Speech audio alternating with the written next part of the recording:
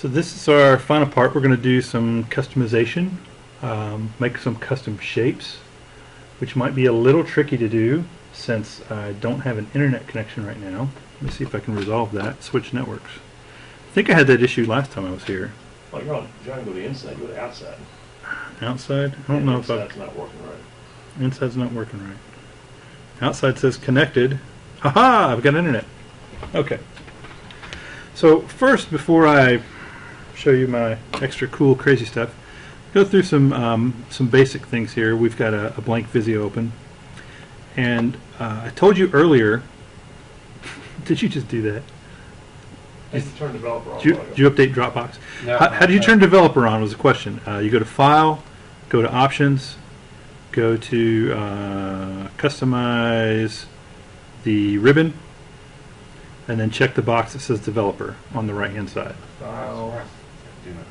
File where? Options? Yes, Visio Options, Customize ribbon, Customize ribbon. and Developer. I really want to show you guys that that VMware mine. It's really cool. It's really, really cool. I sound like Miley Cyrus. It's really cool. The VMware what? The VMware Stencil, the one called Icons. It's got most of what you need for virtualization stuff. LUNs and servers that are alive, servers that are down, that kind of thing. So let's go. I'm double click here. Do a new. Do 3D network just for the fun of it. Not that I need any of these network pieces. I just like having it there. So the first thing we're going to do is show you the difference between the freeform tool and the arc tool for customization.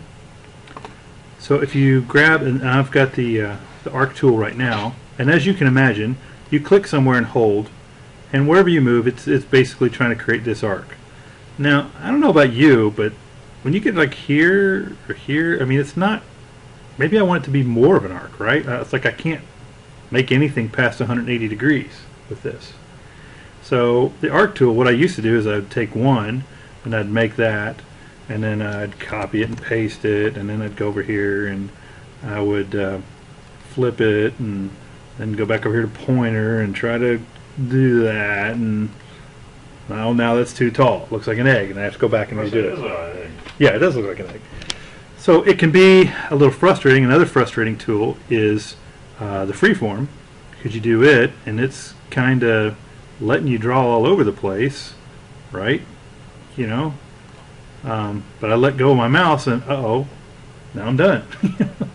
I can't keep going. So if I try and connect here, and then draw and then come back up here and connect and let go, that time it happened to connect and it became one object. And how I can tell is if I fill it, it becomes one object. You are not always that fortunate, because a lot of times what will happen is, like, if I click off and then draw, what happened? It didn't become part of it. And I can prove that when I try to fill it, it doesn't fill. So that is infinitely frustrating because it snapped and it ended there. The difference was, and I'll show it to you again, is that I basically highlighted the first thing, and then I was able to go through and draw my weird shape and come back and connect up and let go, and it became one object. So that's trick number one, is make sure if you accidentally let go of the mouse when you're doing a freeform, don't just click it and then draw it. So what happens if you said, oh, well, I did draw it, oh, I did it perfectly, but it didn't connect? Right? We'll fix that. Go to the pointer tool, okay, because you don't need to draw anymore. Go over to your developer tab, and we're going to use our first operation called join. So what I'll do is highlight both of these guys here, go to our operations tab and hit join, and now notice I didn't do group. Group and join are two different things. Group is a bunch of stacked objects that you're going to move together, you're going to name together. Group and join, not the same thing. So join, now if I go back here and run my test, my fill test, it did or did not fill. This time it didn't. So it's not necessarily consistent. But if you've got an object and you say, well, I've joined it, now I can still resize it as one object, and I'm okay. But when it comes to filling, it might not work that well. So here's the second item. What if you have an irregular shape that you would like to make into a stencil? Right? That's possible. There would be something like that. So let's fire up Google here, our semi-favorite search engine, and we'll type in hourglass, just because it has a weird shape.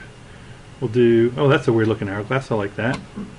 So I will just do my Windows key S that I talked about earlier, grab my hourglass, and then come back over to Visio, and I'm going to do a new page, and I'm going to paste it in there, and then make it gigantic, and you'll see it gets blocky and looks horrible, and it's all fuzzy, and I don't like it. So what I could do is grab my freeform tool and try to draw it, and it works some, but not great. And the key is to ignore the line and just watch where the cursor is. Okay, don't move the cursor if the line behind you gets real big. You can fix it later. And so I'm doing it, I'm drawing it, I'm drawing it, I'm drawing it, I'm drawing it. Pretty close. Let go. And you notice it connected it, it became a solid object. So I like that.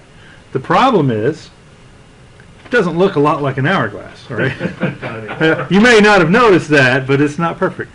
Here is how you fix it. You go to fill and you turn the fill off. That's step one. Step two, zoom in to the original object. Step three, while you still got your little pointer tool, you see there's a blue dot right there. It's really hard to see, and there's a blue dot there that's hard to see. If you grab those blue dots and move them, it changes the shape of your object. The problem is, sometimes you don't really have a lot or enough blue dots. You might need to add one. For example, notice how this one kind of curves high and this one curves low. There's a blue dot there, and maybe I can move it, but maybe I can't. What if the dot is up here? And I say, well, that's a mess, I can't move it. You can do a control click, and it adds more dots for you. Now those dots are a little bit different, and what they are is, you see this thing right here, this straight line? That's like if you ever use a torque wrench to try and get a bolt off, the longer the torque wrench is, the more torque you can put on it. That's what you're doing. So if I get a longer torque wrench, it's torquing that line further. And if I move it back and forth, I can actually fold that line over and twist it. So you can use, at the end and beginning of a line, you can use that to kind of change how much it's going to twist. And the same thing here. You can kind of smooth that out a little bit. And you may have noticed there was a torque wrench up here on the beginning. So you've got two things to consider with the torque wrench. First, where's your pivot point? Okay. And second, how long is your torque wrench? And third is what is the angle? How far away is it? So you can twist it around and make it look good. See, here's the other torque wrench there. That's what that other dot was. So you can tweak that and smooth it and make it look like however you want. You can do the same thing with the pencil tool.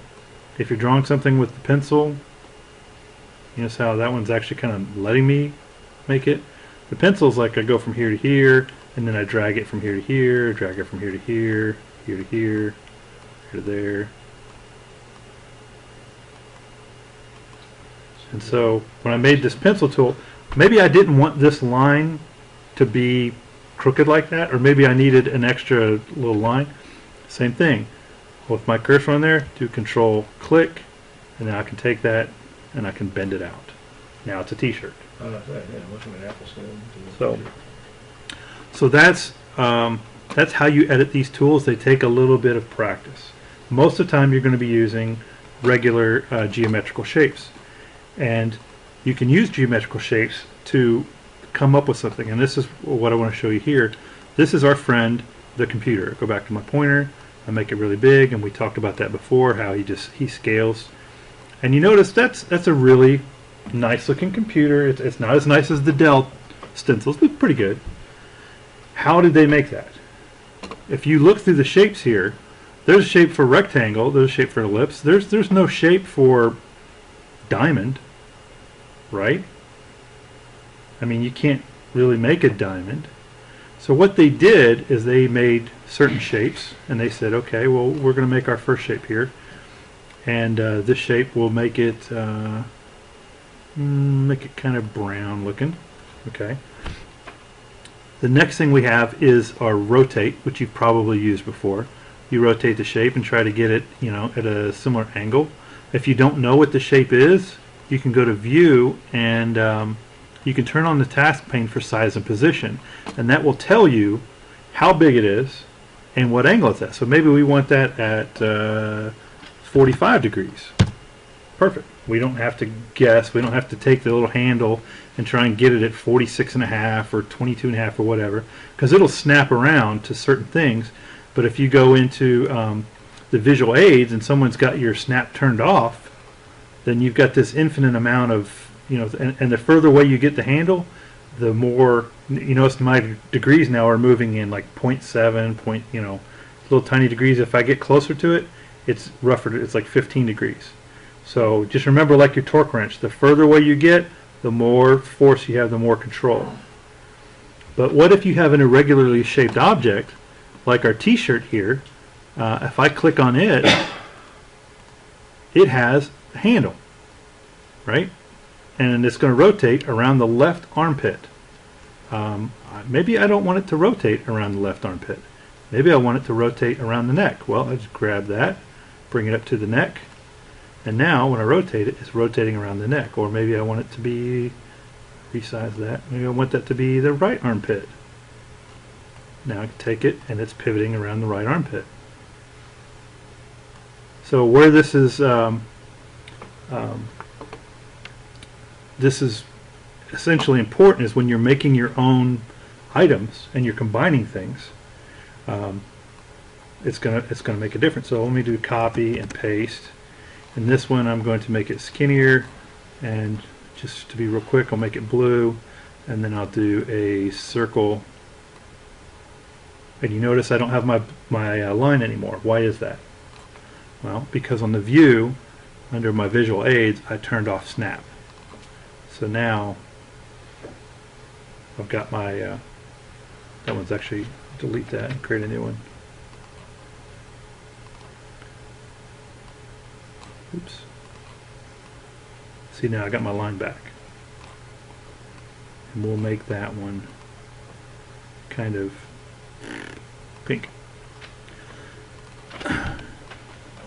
So what they did with this one right here, you can see, and we'll try and make the same thing if we can. So it's about that wide, it's about that tall, and it's about that long. Okay? That does not look like the same shape to me, does it to you? I mean, it's the same width, but it's different angles. So we'll take that and drag it over here. Grab another one of these, copy, paste, bring it over here. We'll change it to 30 degrees. Make it about that long, by about that long to about there. And just for the sake of argument, we'll just do that. And we notice we're going to put it right there on that corner piece. Okay? And we'll do another one of those and put it at the bottom. Oops. That actually tried to connect for me. So now this piece looks similar to that, but I don't see any scissors, do you? Well, now we're going to go over here. This is where our developer tab comes in. These are more operations. So there's a union operation. And we'll grab all three of these, and we'll do the union first. And the union makes one big object. No more lines. Okay, so you can combine. The next one is combine. Now, that looks a little weird, doesn't it? Yeah. But if you move it, it still becomes the same object, but anything that was overlapped became white. So, and we still have our lines. Our third choice, and do that, is fragment. Fragment is exactly what it sounds like. It just, oh, quit it. It just took all these and it broke them all into different pieces. So it looks like fragment was what we needed to create this item, right? Let me undo that, put those all back together for a minute. The next operation is intersect. I think intersect works better for two. Let me try these two right here. Those two. Intersect. So when you had two items that intersected, whatever they crossed over is what you kept. And these do take a little practice to get the hang of. And last is subtract. So if I had this circle and I want to subtract that arc out of here, maybe get a little closer, 100%. So I can line it up. Do that.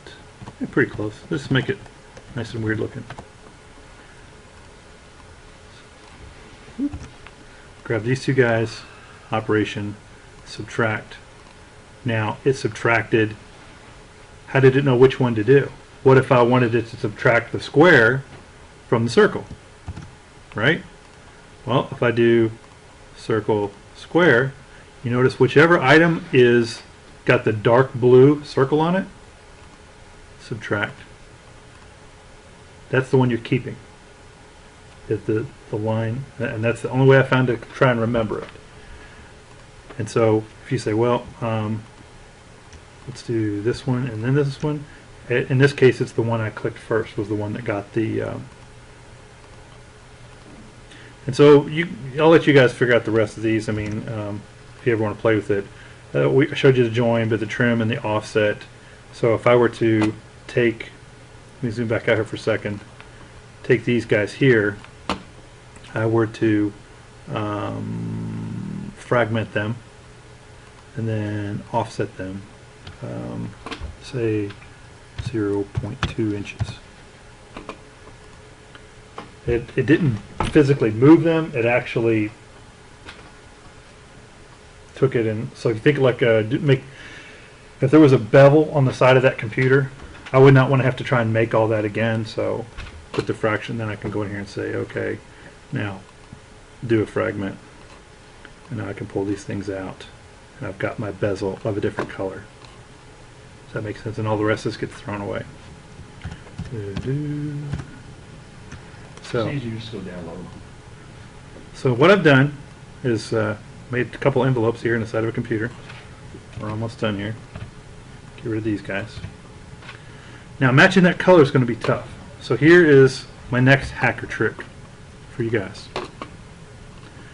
If you take, and this is going to use a couple different tools. If I do my Windows key S for OneNote, and I grab that object, and then I go over into Paint, if I can spell paint, and I paste it, there's this cool little tool in Paint, which is an eyedropper. You guys have probably used that to pick a color up before. So I can just say, I'll go over here and I want to pick up that color. And it tells me my little position down here, which I really don't care, but that color. And you see it becomes that color. That doesn't really do me any good. It's color number 1. But if you go to Edit Colors, it gives you the RGB for that color. So now I can come over to Visio, click that, go to my fill, and my fill I'm going to do more colors, and there's my RGB. So what was my color number? 185, 164, 185, 164, 115. And you can see what it looked like before, what it looks like now. I say okay, there it is, and that is the same color as that. Not quite there yet though, right? So we need to do a special fill. So we go to fill options, and it pops up. Before that was a window that popped up. Now it's a docked thing. So we can do no fill, solid fill. We want to do a gradient fill, and I don't like the fact that it just changed it on me. And you've got these gradients that you can change. So let's just do a preset gradient of kind of like this. Let's delete that gradient. I'm just highlighting those, and you can hit the little delete there. But you're going from one color to the other. So you click on the first color. Our first color, we'll make it black. I always do my gradients with black first because it's easier to see which direction it's going with black. Our second color is going to be this custom color we made right here. See that? it's in our recent colors. And then if I look at the direction it's going, well, it looks like there's white in the top left, so we'll do black in the top left like that, and then we'll change it last but not least from black to white. And then we can kind of move around the gradient stops and get it pretty close. So that's basically how they're creating their own vector diagrams. And I think we can all agree that is a buttload of work. And that is why vector stencils are so expensive and they're so hard to find, because people don't want to pay individuals to sit around and make this stuff all the time. And you would make this piece and make that piece, and you'd say, okay, well, this one actually, you know, it doesn't have a line around it, or if the line is white, or, you know, no line or whatever. And then they would put all the pieces beside each other. They would circle it. They would group it. When they're done, they would drag it and drop it over in here, make their own template, and they put it on the internet and they sell it and make you money. Okay, so you guys know, obviously you can figure that out. And I was going to do one too, where you do the, you know, the free form and then draw that and get that to match. But I mean, you guys get the idea. So let's do the I've got a real life example, and I really don't feel like playing Visio all day. And you say, remember the power cord I showed you guys before? Let's just say computer power cord.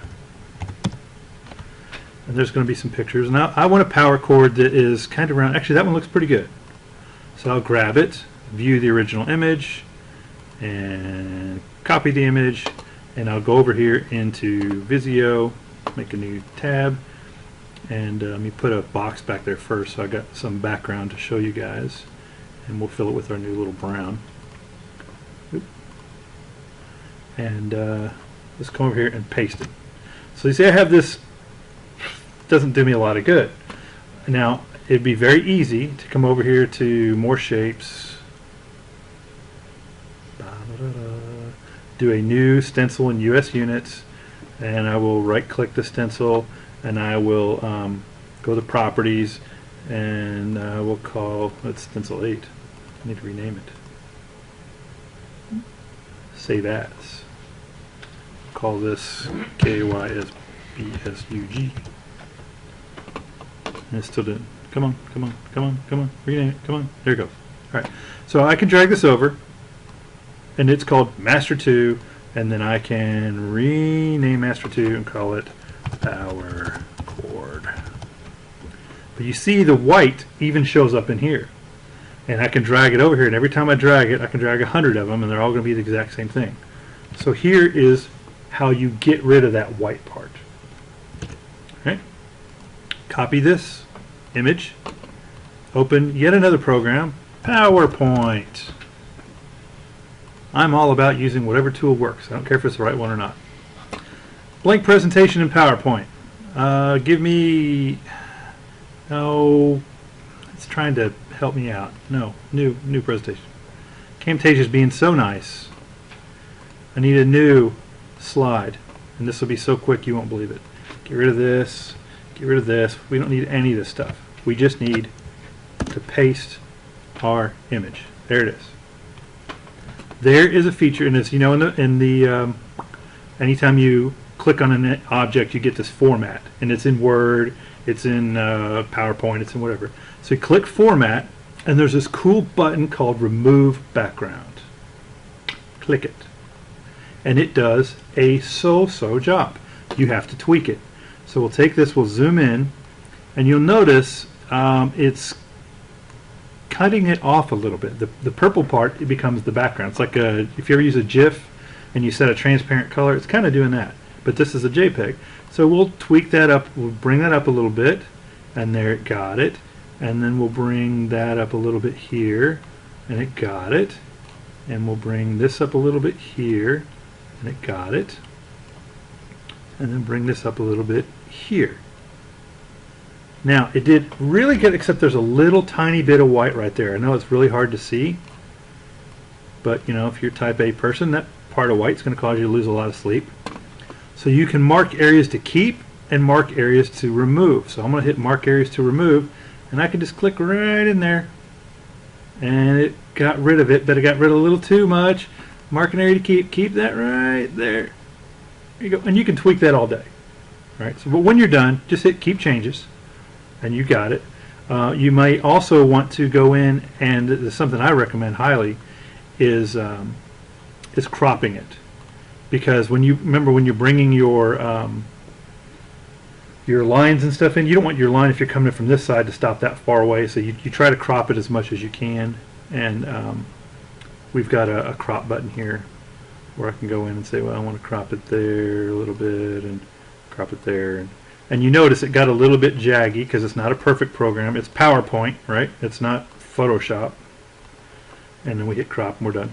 So now we take this item, we copy it, and we go straight to Visio and we paste it. Ooh, yes. We size it to whatever the normal size would be of an item. So if we have a cable or a computer, we don't want this gigantic, cable the size of the transatlantic cable. And then we can actually go in and give it a name. We can call this power cable, and then click. And now when we bring it over here, it's called Master 4. We edit the master. Rename. Yep. We can even get fancy and say it's a 3-prong power cable. And then we bring it over here all day long. Stack them up. Instead of what we had before, which is it blocks it, it blocks it, it blocks it. So if you don't care about the transparency, this is the shortest way you can do it.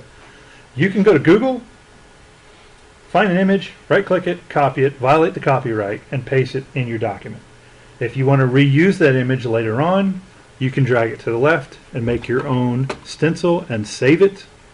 If you want something that you want to look really nice, you want to get the biggest quality that you can, so that way it doesn't get all jaggy and stuff if it gets big. That's it. That's all I got, unless you guys got any questions. I will show you one thing. Documents. That's right.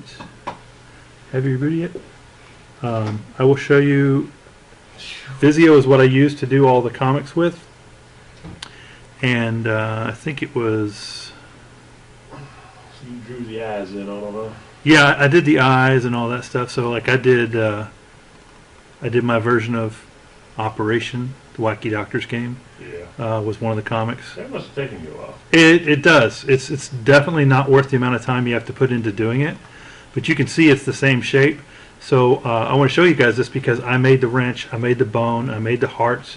I took circles, added them together with a long bar and combined them, and it became a single object. They were joined, and then when I did a highlight, it created the highlight around the outside because they were one object. If I were to try and draw that, it would take a long time. The little tweezers here, I took a picture, pasted the picture in, and did the lines and basically created it, joined it. This was a circle with a line out of it with rounded corners where I did a subtract. So I mean, you can get pretty crazy. I was surprised how many people did not know that was a brain. It really frustrated me. But I thought it made sense, removing the 75 user limit and the wishbone. I thought that was a funny bone, just keeping the same name. But yeah, that's what I did the cartoons with, so the mouth and all that stuff. So you can get as fancy with it as you want. Obviously, this is an extreme example, but for being able to quickly do something, and I think once you get comfortable with Visio, you can create things in Visio faster than you could type it out to describe it. You can just say, let me open Visio, drag a couple computers in, do a network, do whatever. If it's something you're going to have to explain to somebody, it's, if you can draw it with a napkin, I bet you can do it quicker in Visio once you get adept at it. All right, thank you, everybody.